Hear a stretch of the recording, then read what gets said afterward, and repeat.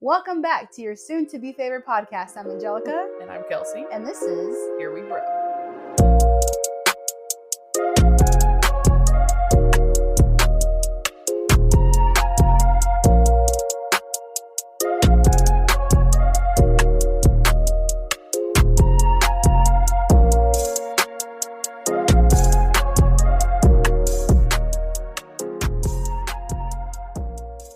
Her mom was a rapper. Yes. I can't wait for that documentary to come out. It's on Prime Video, though. I don't have Prime right now. She passed away. Yeah. I did know that her mom passed away. She talks about it in one of her songs.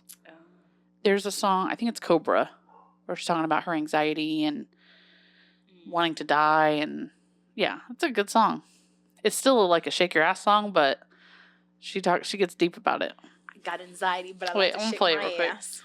I like to shake my ass. That's shake exactly my how it goes. ass. I got anxiety, but I like to shake my ass. I got anxiety, but I got big buns. Or I got anxiety and I got big buns. Good touch. I Good love touch. her so much. Man, and Meg the Stallion can get cheated on. What y'all doing? Well, literally. Man, what are we doing? What are y'all doing? Yep. I would never cheat on Megan Thee Stallion. I want to be her. Yeah. That's how you know I'm not a lesbian. Throwback. Or callback. Call back. I think you said this the same. You've been saying everything wrong today. Look how grass the green is. Look, okay. My boyfriend's rubbing off on me. Ooh, she's that boyfriend, y'all. When we had the kids' birthday party at my house I like last how you weekend, even mumbled it. You said, my boyfriend on me. she introduced Mario, which I mean he is, but like Yeah. I don't know, it just sounds very. It sounds very what am I trying? Juvenile. Childish, Yeah. And like I said, oh, this is Mario, Angelica's boyfriend. She goes, hey, hey, hey, I hey, was like, hey. whoa, hey, hey. And I just laughed and walked away like. And Mama asked me a couple times. She was like, is he good to her? Aw, that's sweet. Yeah. Yeah, I told her. Okay. I reassured her. Yeah. Notice how I didn't have to ask you, what'd you say? Yeah. Did you lie? Yeah. True. So anyway, we got more scary stories for you guys today. Oh, hello. We haven't even said hello to you. Hello. Hi. We're back. How are you? We're recording on a Saturday. We're doing 2 episodes. We're recording 2 episodes today. So if they run together a little bit, but you got them 2 weeks apart, that's why. Angelica's going to... 2 weeks. Yeah, they'll be... Oh, no, not 2 weeks apart. 1 week apart. Sorry. It's like 2 weeks. I was trying to say in 2 different weeks, but, 1 week apart. Someone also doesn't know how to speak. Yeah, well, it's going to be a problem today, apparently. We have a podcast. Literally, we have a podcast. So Wait, you sent me a reel that was like when you and your best friend... Oh, when you're both your friend... Or you... you and your friend are both... sorry. You and your friend are both neurodivergent, and you guys like go from topic to topic in conversations and never finish one thought. Yep. Yep, that's us. Yep. My podcast. It's the reason we have the podcast. Honestly, that's the podcast I like to listen to the most, where it's just all over the place, but I can still follow it. Yeah. Like, I'm not like, wait, what? Go back. I'm just like, oh, yeah, we're Yeah, on a new following topic now. the ride. Yep. Mario was like, oh, I found this podcast, and then I have no idea what he said because I was like, oh, you listen to another podcast that's not mine? What the fuck? I thought he was our biggest fan. He goes, oh, but yours is my favorite. He's our tallest fan, that's for sure. Lance, for sure. I mean, that we know of. That we know personally. If you're taller than 6'2", let it be known. Yeah, lead it. Leave a comment. Lead. Dude, the amount of throwback to SpongeBob memes, costumes, the Krabby Patty at Wendy's or whatever, I love it. I live for it. It's so funny. Because I feel like when you are like fresh 20s, you want to leave all the kiddie stuff behind. Like I was just talking about this like Disney movies. Like I don't want to watch a Disney movie. Like it's kind of childish. But now that we're in our 30s, we're like, can we get all of our childhood back? Nostalgia. Can we get it back? Can we like just experience all of it again? Yeah. Speaking of 20s, I have something in place of the quote of the week. Okay. I think I put on my story and you liked it, so maybe you'll remember this. But I think like it was a lot of things. I think it was Mel Robbins, her podcast. Like we've talked about before, the struggle of like when we become adults comparing ourselves to other people and how much success we have compared to other people. Mm-hmm. And she made a good point. My nose is so itchy. I don't know what's going on. And then you scratch your arm. My arm. Yeah, I don't know what's going on. She was saying that it's kind of distorted actually, because from 0 to 18, we are on the exact same path with our peers. And then when we hit adulthood, we all go in different directions. So of course we're not on the exact same path. Uh-huh. So when we get to our 20s and we have a friend that's more successful, quote unquote, more successful than us, that seems like really devastating because we're not used to not being on the same path as everyone else. Yeah, yeah. And I never thought of it that way. That's really a good way to think about it. Is like, of course we're on a different path. We're just used to being on the exact same path through elementary, middle school, high school, college, maybe even, and then splitting separate ways. Of course we're on separate paths. Yeah. So shout out to Mel Robbins for that one. Of course we are. Of course we are. And that's of course okay. we're on a different course. Yeah. Yeah. It's so hard though. Yeah. Yeah, I get it. But just keep that, when you start comparing yourself to somebody who quote unquote has more success than you, then just think about that again. Like, the only reason it feels jarring is because we're used to being on the same path. Yeah. And it was never meant for us to be on the same path. The only reason we're on the same path is because of education, like basically public education. Mm-hmm. So, yeah. Tell us what y'all think about that. Okay, are we ready for our first story? Oh my god. I gotta blink. Luckily, we're doing this during the daylight this time. Girl. And you don't have to go to bed after this. Kelsey, I totally forgot to tell you. Oh, no, what? I got a good, okay. Okay, I just, what do you call this? I don't know. Bless yourself. The sign of the cross? Yeah. So, I don't believe, my house is not haunted. Let's get that thing straight. Let's get one thing straight and two things gay, okay? My house. Going to say two things for certain. Have you ever heard that? Let's get one thing straight and two things gay. Nope. I like it. My house is not haunted. I 100% believe that. It is not haunted. I've never had any issues. I've never had any real like issues, okay? Yeah, Like nothing. I've never... Things that are spooky but not like scary. Yeah, like this house is 30 years old. So like it's bound to have... The house is settling and moving and, you know, like it's getting colder, there's wind, whatever, right? Like, and it's a small house, so you hear everything. And I sleep with the door open. And it's echoey. It's very echoey. Yes, exactly. So anyways, the part that I was trying to tell you is that me and Mario got our Halloween costumes. Mm-hmm. And I'm going to be a devil. Or like a she-devil. Whatever, a devil, basically. Like you're going to paint your face red and stuff? No, I'm not going to go that far. Okay.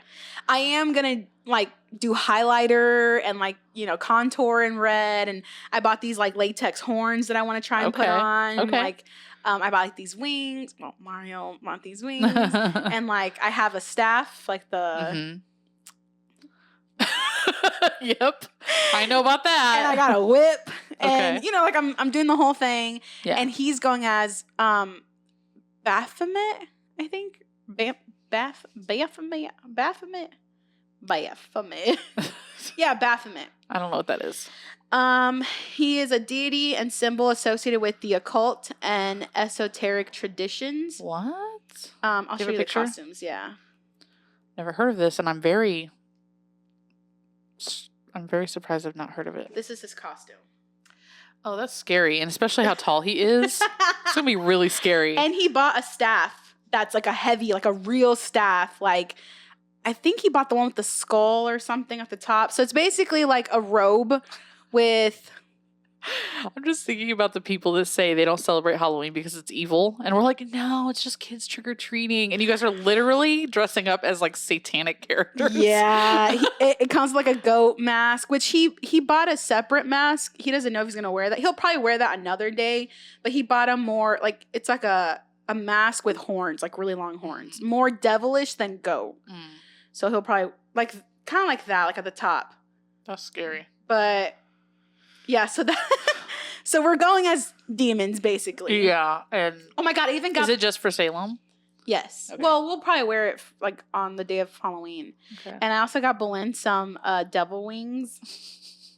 Just I don't know, like I literally said, hey, let's go to Spirit Halloween and just see what we feel like. Yeah. And I don't know, I just saw it. I wanted to do something with latex. Like I wanted to put something on my face, and nothing like really spoke to me but the horns. So I was like, oh, I'll just be a devil. And then he kind of followed suit. Oh, that's cute. I know. Anyways, long story. So you're going to give out candy here? Yeah, we'll probably do. We'll probably do that. Like, I don't want to buy candy for other people. Candy's so expensive. It is. But it'd be cute for the kids to come up and see Bolin and his Halloween. Like, how else? Who's going to see Bolin? Yeah, exactly. Well, last year we did that too. We opened up the garage and my neighbors came over and we had like I think we had the solar stove going. No, I think we just had a heater going because it was snowing. Mm-hmm. And we had a good amount of kids come through. I mean, it wasn't a whole lot of kids. I definitely had a lot of candy left over, but it was cute. Like they all came up, and Bolin has a weenie costume. So that was his costume last year and they loved it. But anyways, yeah, we'll probably do that again. Anyway, so we buy our costumes, right? And then we leave it in the spare bedroom, which if you remember, this is the bedroom where my friend Michael, shout out, said that she got weird vibes from. Mm-hmm. This is the original podcast room. Yeah, the original podcast room. This is also where I was talking about how one day Bolin just looked up and he looked straight into that room and just, there was seemingly for no reason. Yeah. Also, this is the room that Bolin barked from when we were recording a scary episode. Yes. So that's the room where we left the costumes in. Tell me why that night I was trying to fall asleep and it sounded like someone was picking up, I don't want to say chains, but like maybe jewelry, maybe like a necklace, something metallic off the floor.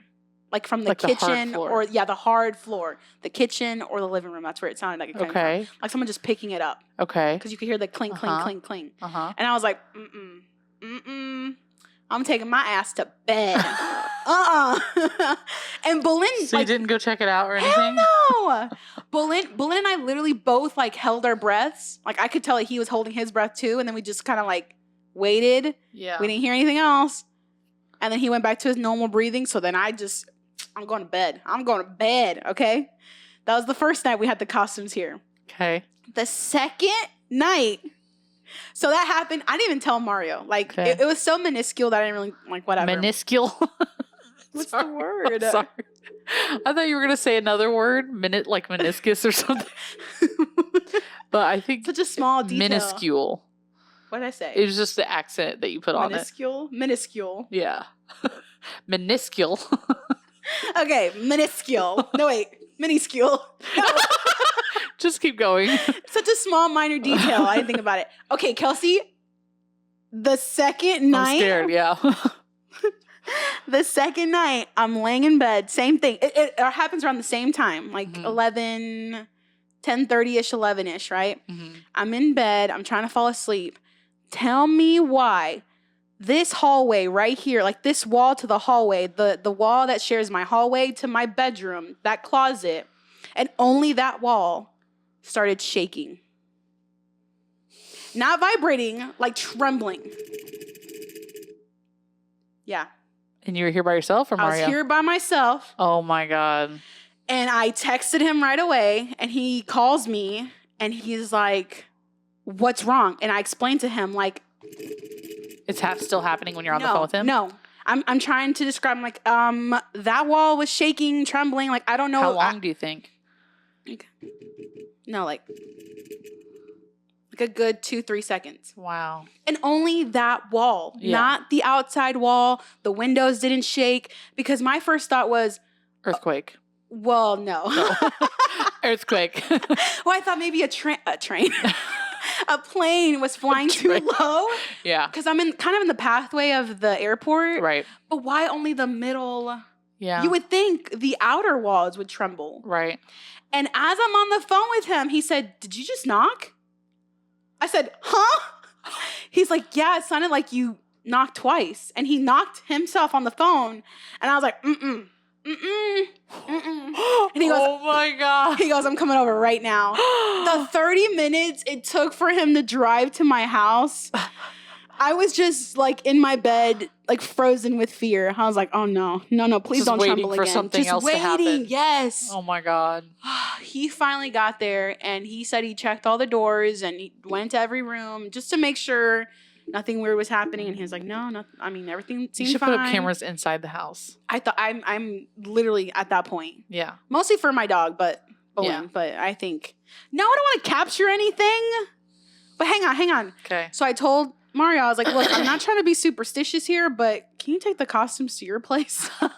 Like, I'm not saying that's it, but like, I don't know. I'm feeling weird because I was already anxious going to bed before I heard the chains, thinking like all that Catholic guilt. Yeah. And I don't know, but the trembling, I definitely did not make up. Like the chains, maybe it was something outside in the neighbor's house, neighbor's driveway, or But the trembling, I did not make that shit up. So yeah. So this morning, I was eating breakfast. Well, we were all eating breakfast. We were sitting in the living room, and a partial loaf of bread, like we've eaten half of it, falls off the counter. And me and Travis just look at each other for like a good 20 seconds. And I'm like, I said, was it hanging off the counter? He's like, I don't know. And he went over there and put it back up there and we let it go. You see, it's just these things that's like, look. Yep. I don't know. I don't know either, yeah. What are you going to do? Travis has said that things have fallen off the counter at our house before, though. Is it the same counter, like same area? No, different counter. Maybe it's your counter. Maybe my house is just wobbly. Maybe it's slanted. Yeah, it is slanted. But not enough to like knock over a half loaf of bread. It's not sliding. Things aren't sliding. I said people aren't sliding down your counter. Nobody's sliding. Yeah. But you know what? I do believe that they're not necessarily ghosts, but I do believe that things just... Yeah. Spiritual. I mean, there's spirits in all different planes, and I believe in the afterlife of some sort. Maybe a ghost walked too close to the counter and knocked the bread off. Oh, my bad. He's Midwestern. Oop. It's a Midwestern ghost. Oop. Oh, my bad. Well, and I don't know if I've said this. Well, can you pick it up and put it back on? Right? Wouldn't that be even crazier? Just see the bread lift up and get back on the counter. Like a little tap. They're probably like, look, I don't want to freak you out anymore. I'm sorry. That's my bad. If I pick it up, it'll just be worse. I don't know if I've said this on the podcast or not, but the lady that owned the house before us died. In the house? Not in the house. Oh, I think you have told me that. But I think I asked the same question. They didn't have to tell us that, but because I think it's only law that you have to tell them if they died in the house. But they did tell me, like she was old. She had like health problems and stuff. Like she probably died in hospice or at the hospital or something like that. But so we went into the house knowing that her spirit might reside here, which is fine as long as she's cool, as long as she's chill. And we've said that we thought Cash is seeing Travis's grandma. Not recently, but I do. I mean, if we're gonna believe, or people that do believe that we are energy, then I think it's not a far jump to believe that we leave traces of our energy and everything that we do, everything that we touch, everywhere that we go. Yep. So yeah, I believe that. That makes sense. Yeah. I don't think anyone I'm the third owner of the house. I have no idea what happened to the first owner, but the second owners, I mean, I've met them and they're nice and nothing bad ever. They didn't tell me. And your house is actually relatively new. Mm-hmm. Like most houses in Indy are over 100 years old. Yeah. unless you have a new development. Yeah. And I mean, I told my mom about the trembling and she said that she had a trembling before at their house, but it was on the outdoor wall with the windows. Like the windows were shaking. And she goes, it could have just been a plane or, anything. Yeah. Could have been a mini earthquake. Yeah. Could have been something like that or just. Because there's some earthquakes you don't feel. Yeah. It wasn't loud. Mm-hmm. Like nothing around me was shaking. It just felt like that wall was shaking, was trembling. Yeah. And it could have been a plane. Wouldn't it be crazy if it just did it right now while we were talking about it? Why would you say those things? I'm trying to get us in a spooky mood before we start reading the stories. Oh my God. All right. I found lots of stories on Reddit today. I found a thread where someone requested links to scary stories. And I mean, they really delivered. I found 19 stories. And of course, we're not going to get to all of them. We'll get to as many as we can today on each episode. But let's get into it. Let's get into it, yeah. Ready? My mom's almost in her town.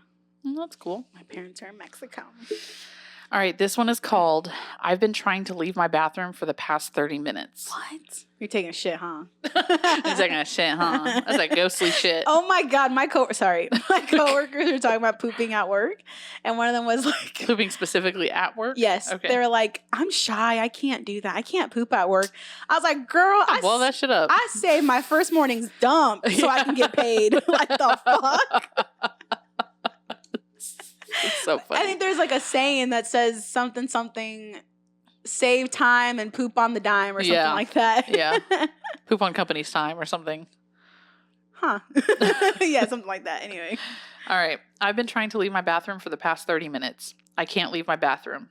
About 30 minutes ago, I got out of the shower and dried off, put on my PJs, opened the door, and walked out, only to find myself back in the bathroom staring at the closed door. Huh? I said, we're already spooked. Wait, what? I stopped and tried to rationalize what had just happened to me. I convinced myself that I had simply imagined that I had opened the door and stepped out, so I tried again. Oh my God, hang on. Has that ever happened to you? No. You're like, I could have sworn I already did this. I could have sworn I've already... Well, yeah, like Glitch in the Matrix stuff. Mm-hmm. Yeah, not like this, though. Like I told you, there is times where I'm like, Boleyn's outside, and then I turn the corner, and there he is. And I'm like, who the fuck let you back in? Yeah. But it must have been me. It had to have been me. Right. I pushed the door handle down, opened it, stepped out, and yet again find myself in the bathroom. No! Standing in front of a closed door.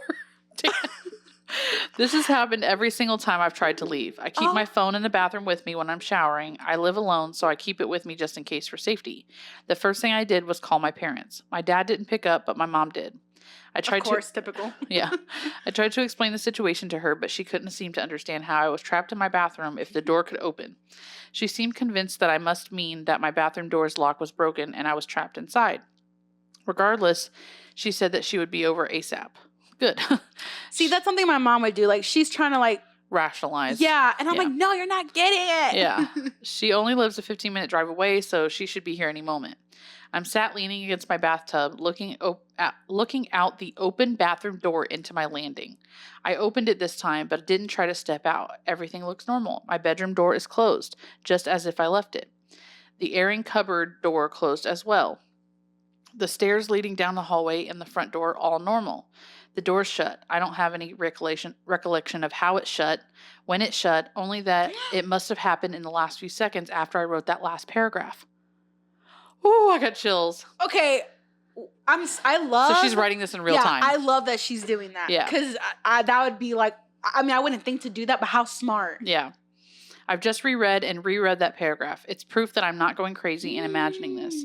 My mom just texted me to ask if I'm in the house. I said, yes, of course I am. I'm trapped in the bathroom. What's the whole reason I called you here? That is what she...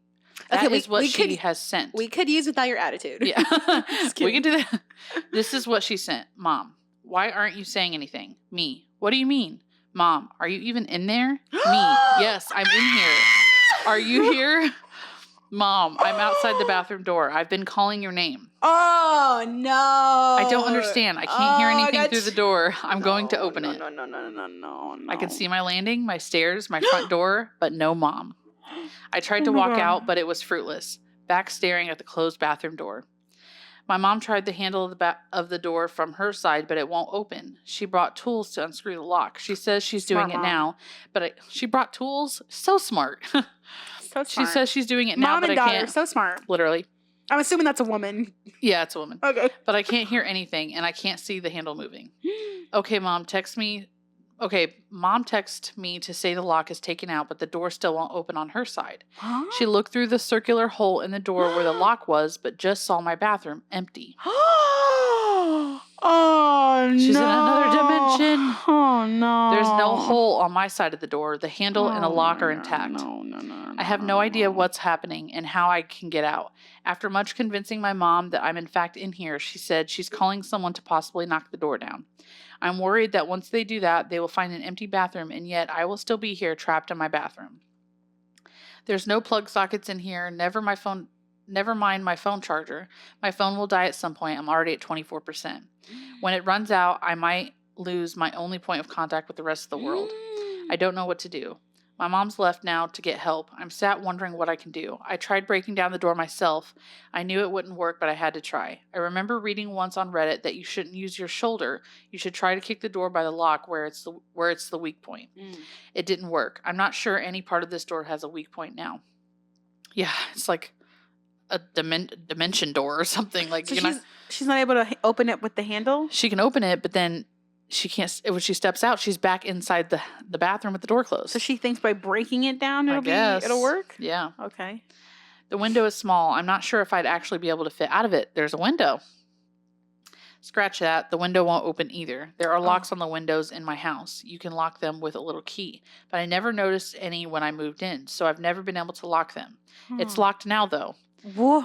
It's got one of those white plastic cheap blinds covering it. I ended up ripping it down. It's pulled some plaster down with it, but now I can get at the window better. It's straight above the toilet, so I'm kneeling on the top of the toilet lid. And you're doing all this naked? Oh, hell no. No, she put her pajamas on in the bathroom. Right. Smart girl. Yeah, see, double smart. So I'm kneeling on the top of the toilet lid, yanking at the window handle, and it won't. Wait, it opened. I didn't notice how dark it was outside. It shouldn't be dark. It's midday. She's lost time, too. I found the best stories, man. I looked around, desperately trying to see anyone. No one's around. Everyone looks kind of muted. What? I can't describe it. Nor can I describe the deep-seated feeling of dread and wrongness as I look out into my neighborhood. My instincts are telling me not to, but I stick my head out to look down to where I could possibly drop to. My window's closed. I never felt myself move, but the window's closed. Even the fucking plastic blind is back in place. No. I'm sat on the floor now, as far away from the window and door as I can get. I feel sick. Mom, come back. Mom came back along with her work friend. He helped her unscrew the hinges and remove the door. I'm not in there. Oh my God. They can't see me. My mom sent a photo of her inside the bathroom with no me. She thinks this has all been a joke and is refusing to reply to my text or answer my calls. No, Mom. I'm on 14% battery. I don't know if I'll ever get to leave. This might be the only chance to say goodbye to my mom, but she won't answer her phone. Edit. I've ripped down the shower curtain, and yet I'm staring at it now, hung up, hanging over the side of my bath. Wait, is she still in the bathroom? I looked out the window again. I'm saying in current real... Yes. I looked out my window again. I think I heard a rumbling, low, quiet rumbling. I haven't opened the window since. My phone's on 1%. If I get out, I'll update this post. If no edit comes, assume I'm still here. Girl, shut the fuck up. Shut the fuck up. Shut the fuck up. What? Is there an edit? No edit. Stop. No edit. What are people saying? This is a story, right? So maybe not the best post to read while I'm in my damp bathroom. Okay, here's a long comment. Dude, this is extremely weird to be reading this right now. About 2 hours ago, I read the story about a guy driving to his parents' house for Thanksgiving, but when he got near their house, he kept driving and driving on the same road and couldn't get off of it. Anyway, someone posted a comment about Quida Quang. I don't know how to pronounce that. And I started reading about that. It's when spirits trap you in another dimension and mess with you. There are a few stories about that on this sub and elsewhere. I think I do have another story about this. It's eerily similar to what's happening to you. Apparently, if you turn your clothes inside out, you can confuse the spirits. Also, looking between your legs can let you see back into your dimension. I suggest you look through your legs at the door and see if anything is different. That is spooky as fuck.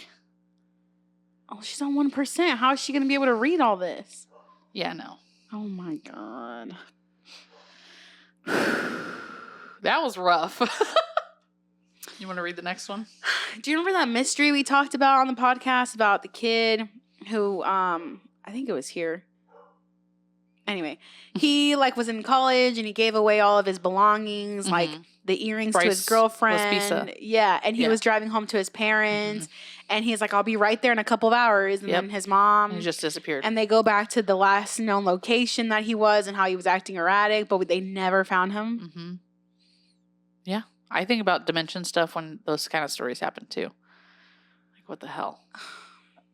Okay, this one's perfect for you to read. As if we didn't have enough to worry about. Literally. Read the title. Okay.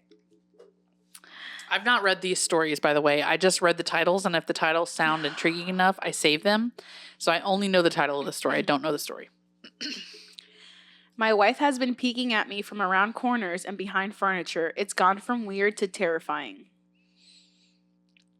Mm-hmm. My wife, Lynn, and I have been together for 6 years and married for 11 months. Our entire history together has been very normal, and never once have I noticed any weird behaviors or red flags. I can't stress enough how out of character this whole thing is for her.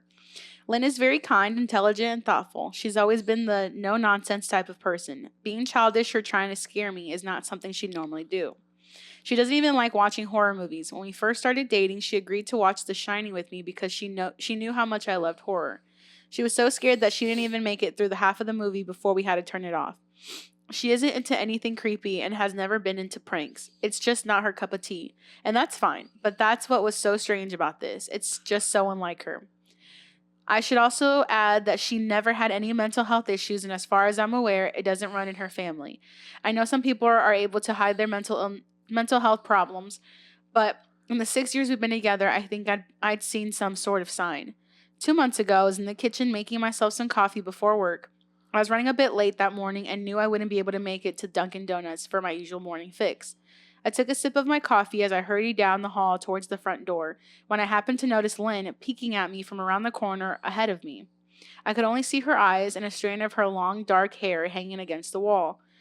The rest of her body was concealed behind the corner. I nearly spilled my coffee when I saw her. I did burn the shit out of my lips. "Geez, Lynn," I said, wiping a few drops of coffee from my pants. "You scared the shit out of me." She immediately popped out of view like a little kid that had been caught. I heard her scurry off towards the living room, and by the time I got to the front door, she was out of sight. It was really weird and just totally out of character of her, like I said, but I also found it kind of funny that she was being more playful and a little less serious. I shouted that I loved her and called her a weirdo. As I shut the door behind me, I heard her laughing. Okay. Her behavior was a bit odd, but it certainly wasn't something to call a priest over. I forgot about it by lunch, and by the time I got home, she was her normal self. Her normal self. Her normal self. I didn't bring it up, and neither did she, and life went on. The next incident happened 3 days later. It was around 2 a.m., and I had woken up to get a drink. I was standing on the kitchen island, jug of OJ in my hand, when I felt a strong feeling that I was being watched. Okay, I want to talk about this real quick. The feeling of being watched. How does that correlate? And this is exactly why I think it's true that we feel vibes, okay? We sense the vibes. We sense energy. Yeah. Because how else would we sense that someone's looking at us or staring at us? Right. The concept, how do you feel like someone's looking at you? Like, how do you mix those two senses? Yeah. But you do, because you can. Yeah, it's almost like feeling like someone's standing too close to you. You know what I mean? Yes. Like if you're in the line at the grocery store and you can't necessarily hear or see the person, but it just feels like they're standing too close to you. Like a vibrational being is just right there. Like, get away. Like, get away. Yeah. Okay. For whatever reason, I looked down at the floor and saw my wife's smiling face staring back. At the floor? She was peeking at me from the other side of the island, staring up at me and wide, unblinking eyes and grinning. Grinning like the Cheshire cat. Kick her in the face. I screamed, I'll admit it. Not out of their... Let me go back to screaming after the story. Okay. What? After the story, I have a story to tell about screaming. Okay. You just said go back to screaming. So I'm like, ah! I screamed, I'll admit it. Not out of irritation, but fear. For some reason, at that moment, I was scared. At the sound of my scream, Lynn scuttled away out of my view, her hands and feet... her hands and feet smacking the tile floor as she hurried out of the kitchen on all fours. No! What's wrong with people on all fours? What is happening? It's the scariest shit ever. Me banging the table again. All fours! On all fours. I didn't run after her or even yell after her. I just stood there, frozen in shock and wondering what the fuck had possessed her to do that. It took me a little longer than I'd like to admit to go back upstairs, but I eventually did. I'm sleeping on the I'm sleeping out of the house. I'm going somewhere else. I'm going to my mommy's. You can be a little feral demon on your own. Hell no. Call me when you're back to normal. Yeah. When I got to her bedroom, Lynn was lying on her side, asleep, or at least pretending to be. I stood there for a while watching her breathing to be sure she really was asleep. I had the feeling she might jump out at me in the moment I got into bed, but she didn't. I climbed into bed and she didn't even move. Her breathing was soft and deep, and I was starting to wonder if I dreamt the whole thing. The next morning, I waited for her to come down for coffee, and after handing her a mug and kissing her cheek, I decided to ask her about it. What was that about last night? I asked, keeping my tone light so I didn't offend or embarrass her. She frowned over her cup of coffee, shaking her head like she had no clue what I was referring to. You were peeking at me again from over there, I said, pointing to the spot on the floor by the kitchen island. She followed my gaze, and when she looked back at me, she burst out laughing. She laughed so hard that I couldn't help but join her. You creep me the fuck out sometimes, you know that? I said. She giggled and set her cup on the counter and wrapped her arms around my neck. You creep me out all the time, so I guess we're even, she teased. I was thinking that it's not his wife, that it's a mimic or like a doppelganger. But now that she's like playing along, like she's not questioning why she was on all fours staring at him under the island. I think she's possessed. Okay, keep going. Okay, keep going. Okay. That's a good theory. Let's find out. We said our goodbyes and left for work. As I drove, I kept thinking about how creepy it had been seeing her grinning at me from behind the island like that. The sounds her hands made on the floor as she crawled away. I told myself she was just trying to be silly, just trying to join me in my love of all things horror. It's not like I was afraid of her, but it still didn't sit right with me. I started seeing her peeking at me more and more. Sometimes she'd be peeking out from behind the couch or living room curtains. Once she even managed to get inside her grandmother's old trunk that sits at the foot of our bed. I might not have even known she was there at all had the trunk's old hinges not given her away. She'd had the lid propped up just enough so that only half of her face peeked through. She'd been grinning like an excited toddler. It was unnerving. I didn't even know what to say to her. All I could do was stare. When I finally found my voice, I asked her why on earth was she doing this. She didn't answer, but she had slowly closed the lid, shutting herself inside the trunk. I just walked away, feeling disturbed. Sorry, I would have done the same thing.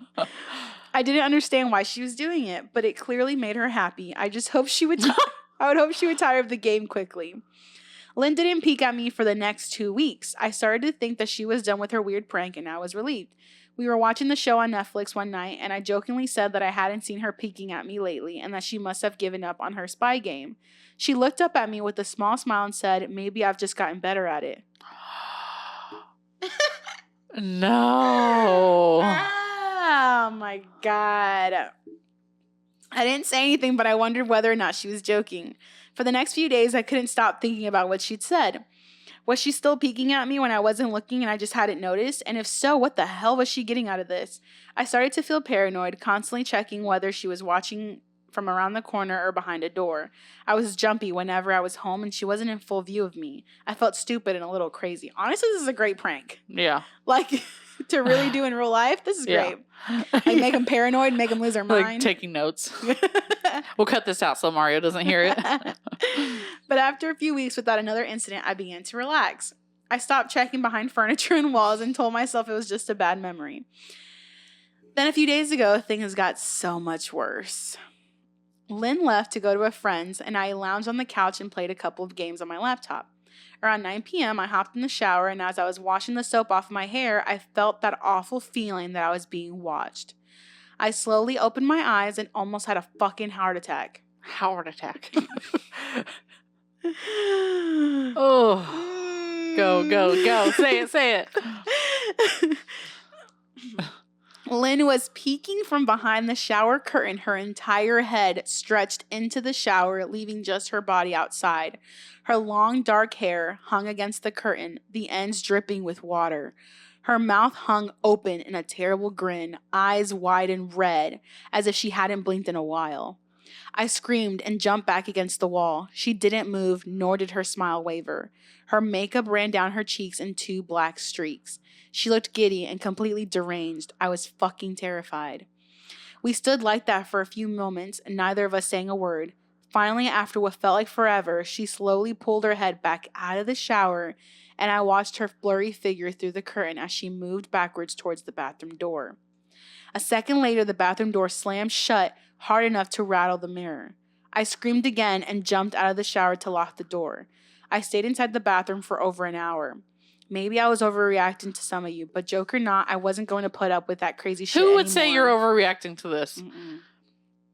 That's what I kept telling myself as I paced in my bathroom, stopping to listen at the door every few minutes.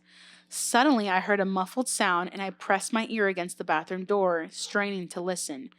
I couldn't hear anything, but I envisioned Lynn standing on the other side of the door, giggling at her joke. I felt a surge of anger. I was beyond pissed at being made to feel scared in my own house and made to hide in the bathroom for an hour. All for what? Some joke? If it was a joke, it was an awful one.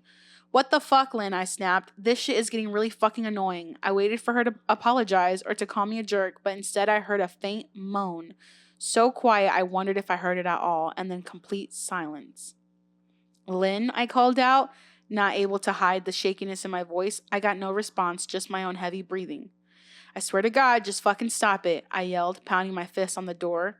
I waited for her to cuss me out, something I would expect from me talking to her like that. I never screamed at her before, but there was nothing, just the occasional drip from the shower head.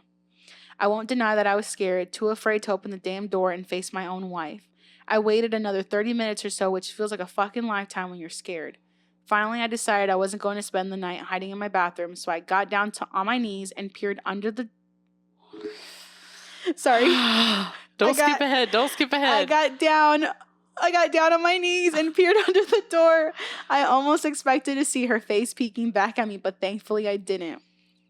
I could see straight down the hallway to the top of the stairs, but no Lynn. I didn't know if I should be happy about that or not. I looked for a few moments, waiting to see her head pop up over the top step, but it never came. I stood up, my hand hovering over the door, and mentally prepared myself to open it. I slowly turned the lock with shaky fingers and was about to yank it open when I heard a sound that still makes me feel nauseous when I think about it. A moan, louder than before, but this time I was able to tell just where it was coming from. I turned my head to the closet door as if in slow motion and locked eyes with my wife, who was peeking out at me from the slight gap. Her eyes were still wide as ever, and her mouth was hanging open in the most grotesque, gaping smile I'd ever seen. I didn't even scream. I was too scared for even that. Her hands were clasped to her chest, body trembling with sheer delight, as if she could barely contain her excitement. A short, raspy moan bubbled up from her throat, deep and raw, sending a shiver through my entire body. Somehow I found the ability to pull the bathroom door open and ran as fast as I could all the way down the steps, snagging my keys and phone from the table in the living room before running outside to my car. I could hear her shrill laughter behind me, but I didn't hear her getting closer. I didn't bother shutting the front door. I drove away from the house faster than I legally should have, shivering the entire time, either from fear or cold, maybe a little of both. I hadn't grabbed a coat or even a pair of shoes. I was still in my boxers and my hair was still damp. I drove straight to my brother Chris's house about 40 minutes away, ignoring any and every call and text I got. I didn't check my phone until I was safely parked in my brother's driveway. Lynn had called 4 times and sent a flurry of texts, all wondering where I'd gone and why I left like that. Girl, you dumb? I thought for sure he was going to go outside and see that Lynn's car wasn't there and that this wasn't her. Oh, God. I mean, he wouldn't have noticed anyway. He went so fast. It's almost worse that it was her and that now she's confused. But why does she do that? Like, why is she being scary? But then these texts seem like a normal... Yeah. That's what I'm saying. It's worse. That's worse. Do demons know how to text? You spit. Sorry. Okay. This will be the title of the episode. Did demons know how to text? Write that That's down. good. Oh, you have my phone.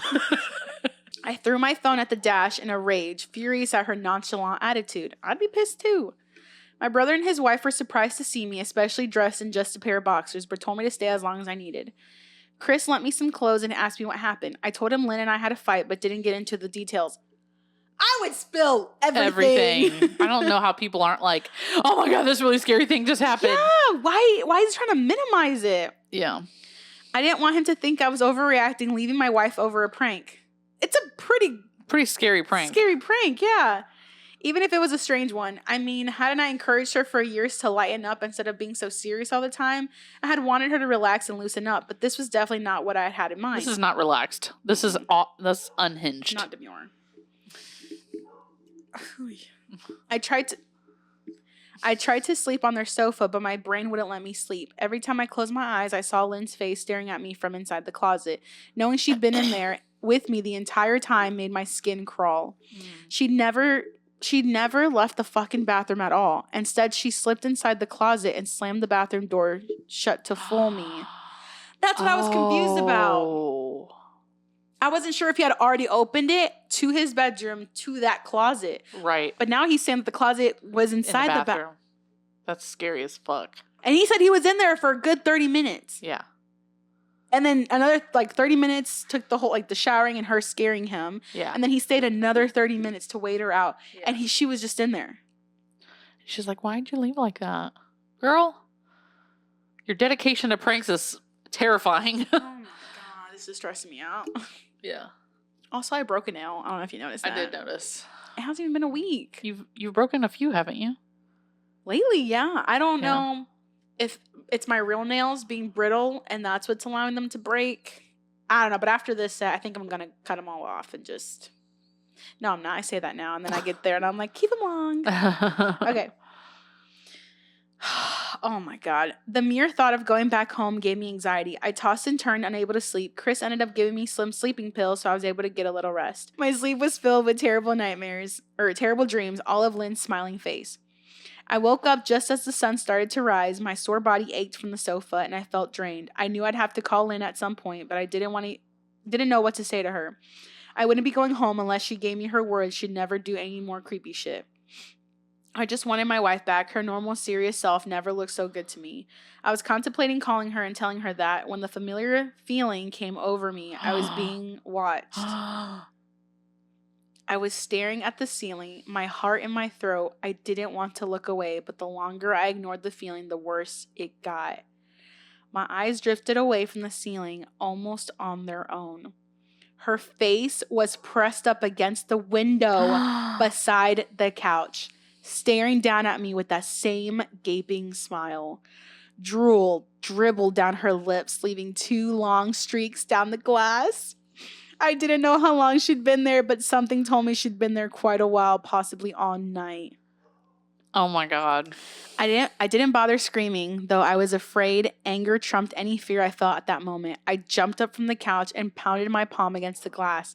"Lynn, are you crazy? What the hell is wrong with you? Just go home," I shouted. "Now."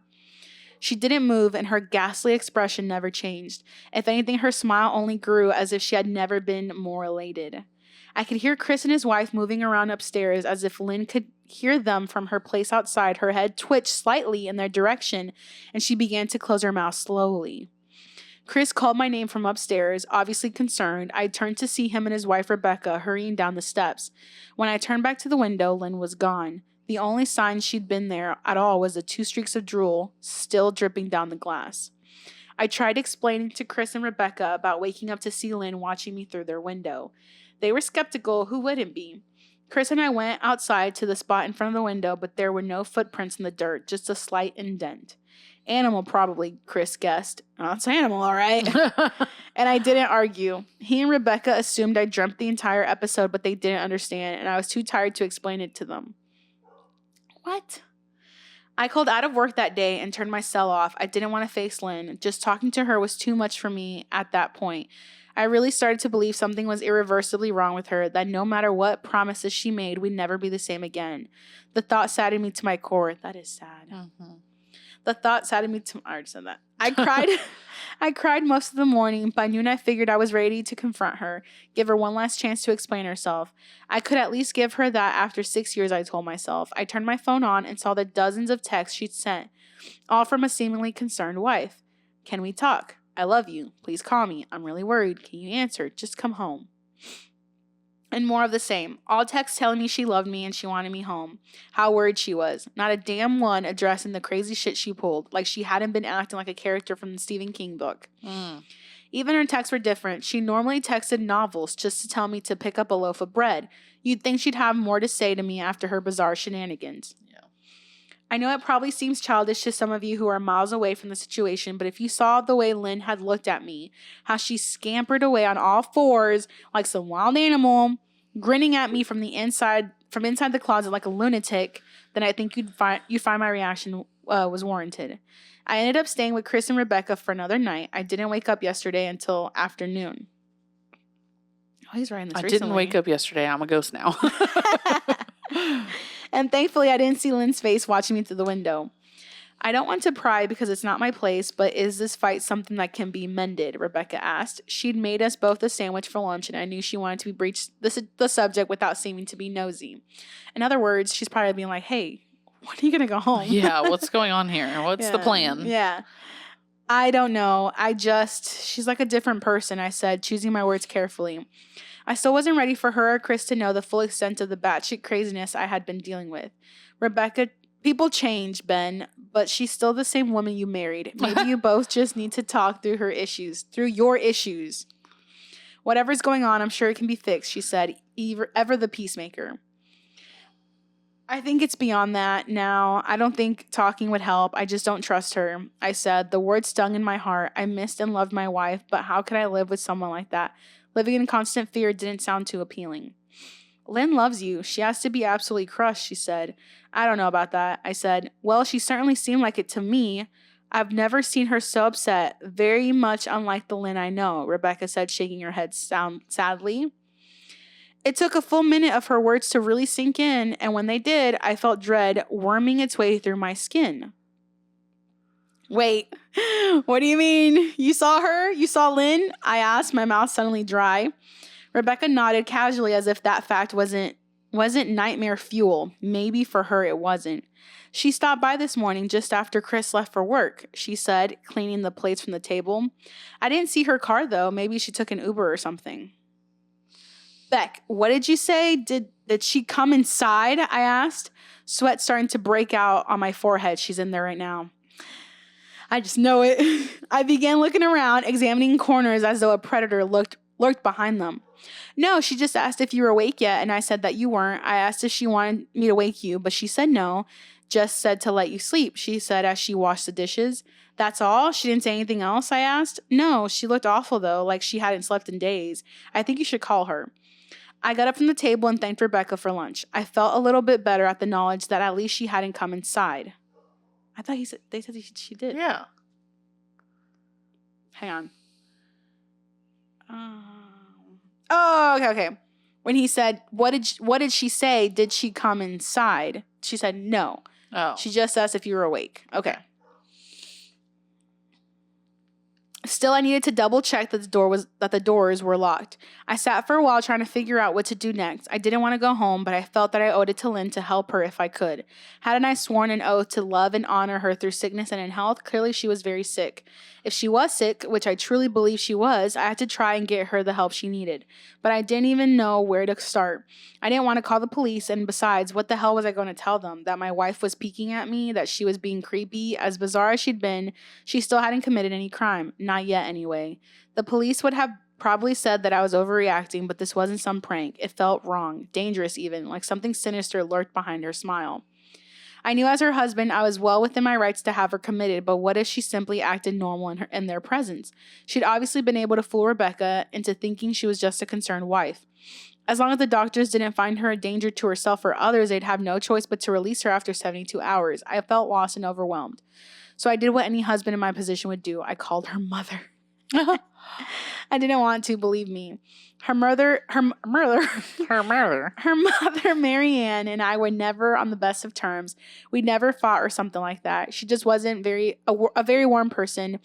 It wasn't really easy to get along with. She hardly ever smiled, and when she did, only her lips would move into a thin-lipped smile, leaving her eyes as blank as before. She gave off this aura that it felt like she was permanently on the offense. I'd only met her twice, and both times were such short visits. I got the impression she didn't approve of me for her daughter. Lynn always ushered us out quickly, as she didn't want me to feel uncomfortable, which I was grateful for. Being in her mother's company felt almost unbearable, like walking on glass. I was glad when we moved 3 states away so we didn't have to see her often. I was happy to avoid the woman, but I needed her help. I really didn't want to talk to her at all, but I had to talk to someone, and someone who knew Lynn better than I did, so I grit my teeth and did what I had to do. Yes, she answered, already sounding irritated. Marianne, it's me, Ben. Do you have a minute to talk? I asked. I could hear her cluck her tongue in irritation. I'm in the middle of writing some checks, but if you insist, I suppose I could spare a moment. What is it that you want to discuss, Benjamin? She said, coolly. It's about Lynn. She's been acting strangely, and I was wondering if you had any idea whether there was something. I was quickly interrupted. It's a bit difficult to follow your rambling, Benjamin. What is it that you want from me? She asked. Oh my God. Ew. I could almost see her standing there in her thin sweater and slack, tapping her fingernails impatiently on the table. I wanted to know if you'd ever noticed any odd behavior or possibly any mental health issues, I asked. There was a long, uncomfortable pause that I couldn't tell was because she was just thinking or something else. Finally, after a few seconds, she spoke. I'm not sure if this is one of your jokes, Benjamin, but if so, I don't find the humor in it. Now, I do have business to attend to, as I've said, so if you don't mind, she said, but I cut her off before she could get rid of me. Marianne, it's not a joke. I'm sincerely concerned about Lynn's mental health. Her behavior has been very erratic lately. I'm very worried about her, and I figured as her mother, you would be as well. I said, my frustration evident in my voice. If you're truly concerned, then I suggest you get the health professionals involved. I don't know what you expect of me. She snapped. My God. Ew. I could tell she was seconds away from hanging up, and for some reason I was desperate not to let her. I had the feeling that she knew a lot more than she was letting on. Please, if not for me, do it for Lynn, I tried. I heard a faint, shaky intake of breath, as if she was trying to hold her steely persona together, but failing. Marianne, what's wrong? I started. Benjamin, I don't know what to tell you. My only advice would be to seek professional help. Do not call here again. Goodbye. I tried to call her out, but she'd hung up. I tried to wrap my head around the call and her refusal to help me. Even if she didn't like me, why wouldn't she want to help her own daughter? I couldn't understand that. I tried to replay the conversation, desperate to find something I missed. After a while, I almost gave up until I remembered her last words to me. Seek professional help. She said those words with a bit of urgency. I could have just been grasping at straws, but no, I was sure her voice had changed ever so slightly when she'd said that, as if they were very important. What had she meant? I assumed she'd been referring to medical professionals, but maybe she was referring to someone else.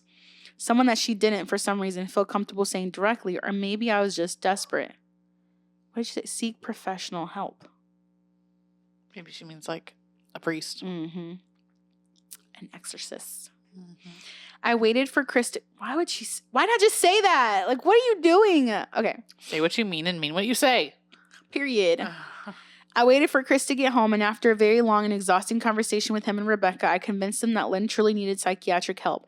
I didn't tell them everything. I wasn't prepared to go into it yet, but I told them about our last encounter, how she'd hidden in the bathroom peeking at me from the closet.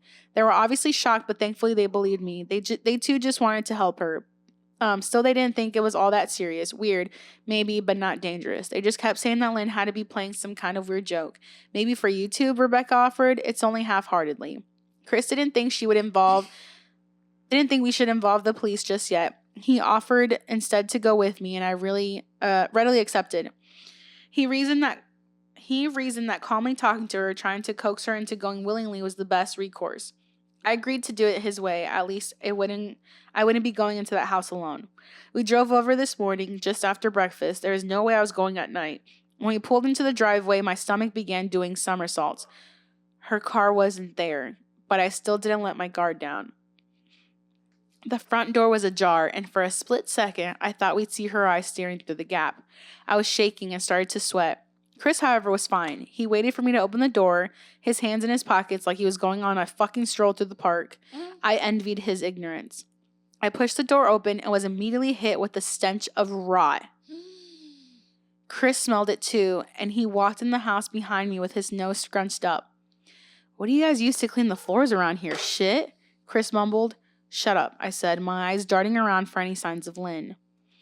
The house was deadly quiet and dark despite being 10 in the morning. All the curtains were closed up tight, refusing to allow any sunlight inside. If I hadn't left it just 2 days prior, I'd have thought the house to be abandoned. We moved through each room, carefully checking any place that she might hide, occasionally calling her name. Why the fuck are you looking under the couch? Chris asked eventually. Aren't we looking for your wife? He was looking at me like I was a moron. Let's just go upstairs, I whispered. He shook his head but followed me up the stairs to check the bathroom and spare bedroom. On the way up, my shoes crunched over pieces of glass that looked to be littered over a few of the steps. I noticed that one of Lynn and my wedding portraits that hung on the wall along the staircase had been smashed. The frame hung crookedly. All the glass removed.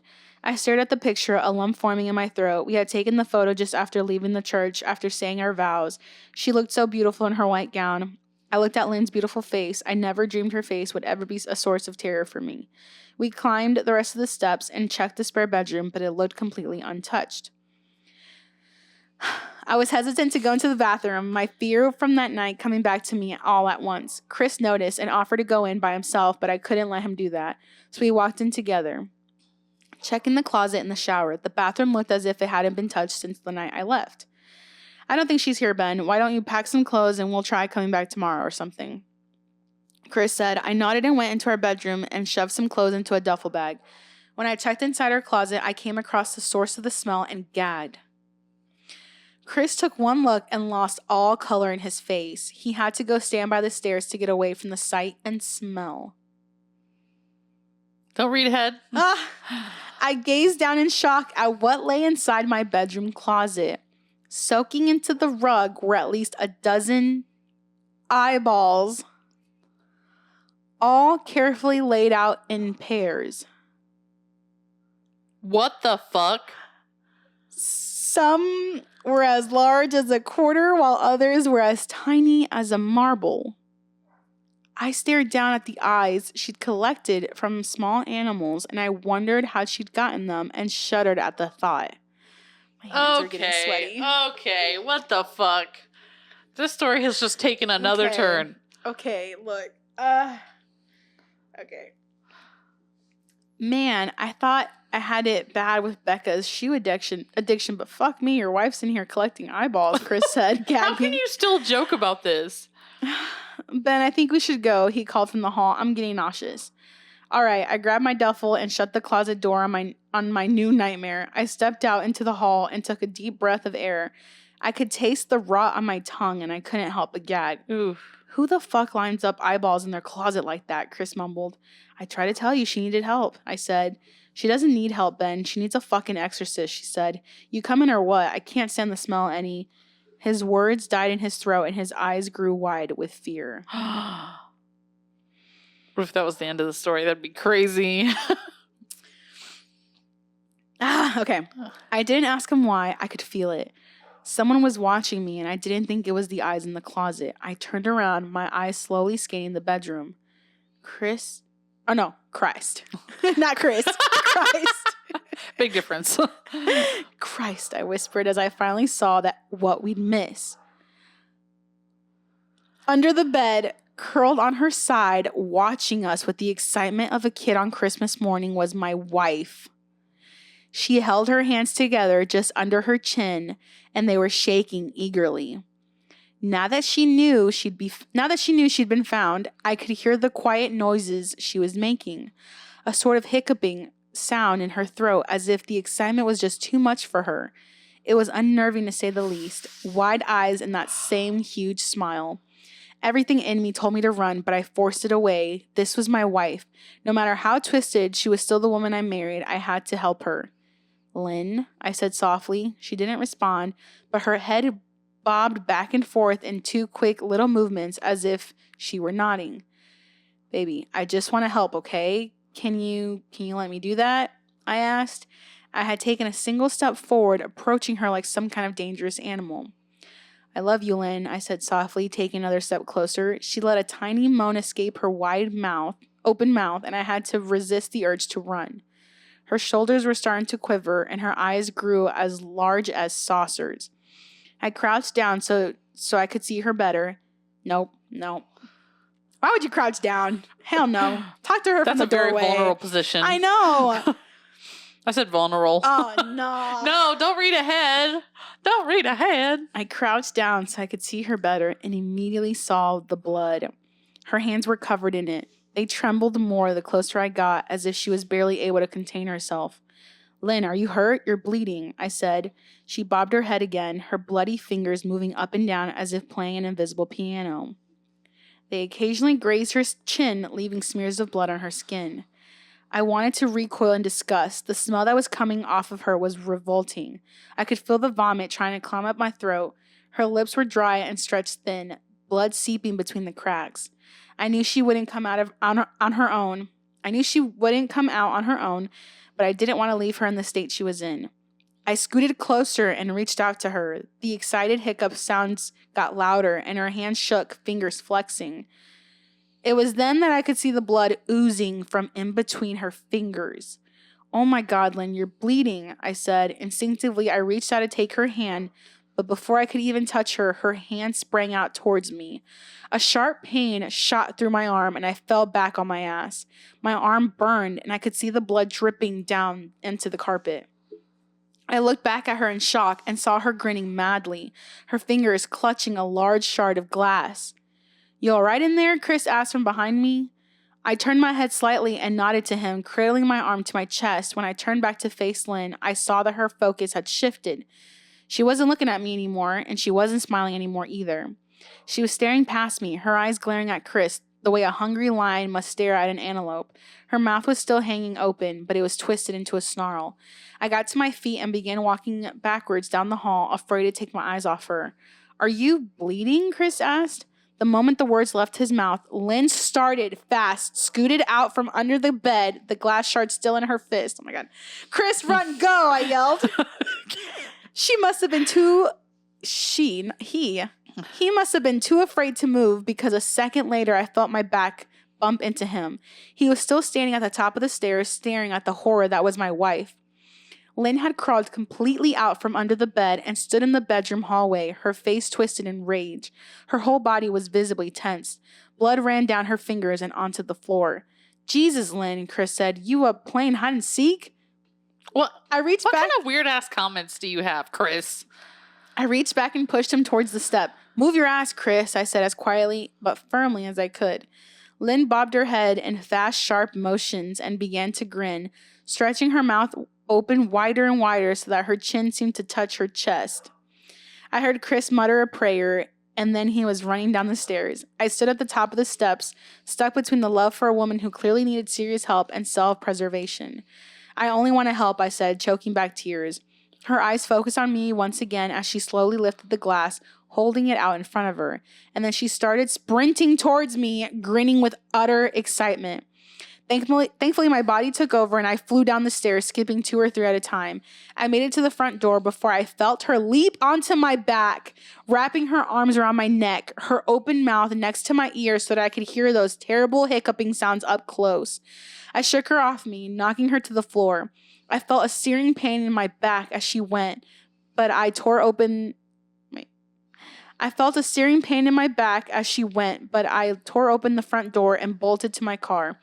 Chris was standing in the front yard, talking on the phone with the police. I didn't say a word. I just ran to my car and jumped in. Chris took the hint and followed me, still on the line with 911. I watched the rearview mirror, sure I'd see her there running after us, but I never did. I went straight to the ER and got 11 stitches in my arm and 3 on my back. The police asked a lot of questions and went back to the house to do a search, but of course Lynn wasn't there. Okay, but did they find the eyeballs? Right, because the eyeballs are important. Jesus, it's almost over. Okay, God, I didn't know this was so long. Don't read ahead. Okay. I read the first comment. Okay. They advised me to stay with a friend or relative for a while and to file a restraining order as soon as I could, but none of those things would matter. Somehow I just knew. I dropped Chris off at home and went to a motel an hour away.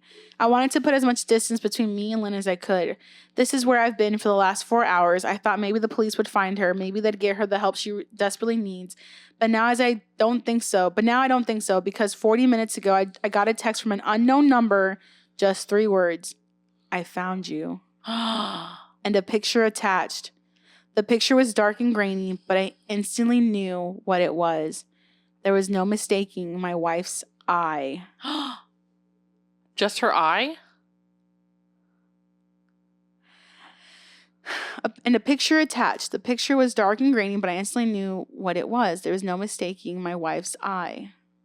Maybe it was like a selfie? Yeah.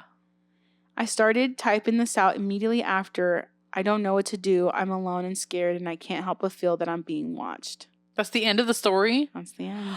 Oh, what is wrong with you people leaving us with these stories like this? Oh my God. Oh no. Oh no, baby. What is you doing? Oof, the mental image of Lynn's face that my mind conjured up, not loving that. It's been a long time since I've been genuinely spooked. You need to get the fuck out, OP. Go to your mother-in-law's house and see what else she knows. She can't hang up on you in person. Yeah, what the hell? Yeah. Hey guys, did you know? We have merch. Merch. Like really nice and cheap merch. Really nice and cheap. Like t-shirts are like $15. $15. And we have magnets for $5 and stickers for $5. Yep. That's the cheapest thing on the store. We also have phone cases, hoodies, hats. Do it for the matriarchy merch, which those t-shirts are around $15. So go check that out. You can find it in our link tree on our Instagram, Facebook, and TikTok. Or if you can't find it, just message us and we'll help you. Get one for yourself, your mom, your dad, your girlfriend, your boyfriend, your kids, your grandma, your grandpa, aunt, Your uncle, brother, your cousins. sister. Ready. Everybody. All right, go check it out. Okay, bye. All right, guys, this has been Spooky Stories with Angelica I'm Kelsey. on the Here We Grow podcast. And we'll see y'all next week with some more. but really, it'll be a couple minutes for us. Yeah. All right, bye. Goodbye.